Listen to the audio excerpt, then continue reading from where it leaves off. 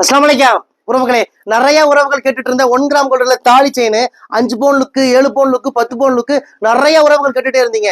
ரீசெண்டா 10 நாள் எங்ககிட்ட அந்த ஸ்டாக்கே இல்ல உறவுகளே. இப்ப எகெயின் ஸ்டாக் ரீஸ்டாக் பண்ணிட்டோம். எங்க சொந்த பட்டறையில இருந்து ரீஸ்டாக் பண்ணிட்டோம். யாருக்கெல்லாம் இந்த 1 கிராம் கோல்டு முறுக்கு செயின் தாலி செயின் வேணுமோ உடனே எங்களுக்கு வாட்ஸ்அப் பண்ணுங்க. ரீஸ்டாக் வந்துருச்சு உறவுகளே. 3 பவுன் லுக்குல 10 புடி வந்திருக்கு, 3 பவுன் லுக்குல 8 புடி வந்திருக்கு, 5 பவுன் லுக்குல 8 புடி, 5 பவுன் லுக்குல 10 புடி, 10 பவுன் லுக்குல 10 புடி, என்னென்ன பவுன் லுக்குல வேணுமோ எல்லாமே நம்ம கிட்ட கயிறு செயின் இப்ப 1 கிராம் கோல்டுல அவைலபிளா இருக்கு.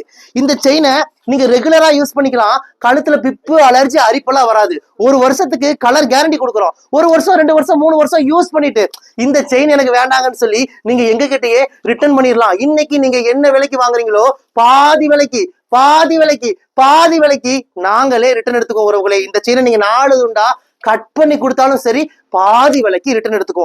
யாருக்கெல்லாம் இந்த 1 கிராம் கோல்டு முறுக்கு செயின் வேணுமோ உடனே எங்களுக்கு வாட்ஸ்அப் பண்ணுங்க. இந்த எல்லா செயின்லயுமே தங்கத்துல வைக்கிற அந்த ஆல்மார்க் சீல் மாதிரியே நம்ம கடையோட சீலும் இருக்கும். பாக்கறதுக்கு அசல் 916 கோல்டு பினிஷிங் இருக்கும்.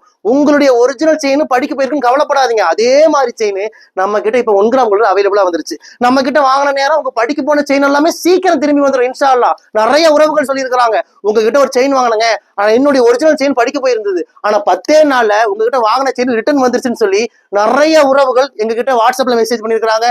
ஸ்வீட்டோட கடைக்கு வந்திருக்காங்க. அது போல உங்களுக்கும் நடக்கும் உறவுகளே. உங்க படிக்க போன செயின் எல்லாம் சீக்கிரம் திரும்பி வந்துடும் இன்ஷா அல்லாஹ்.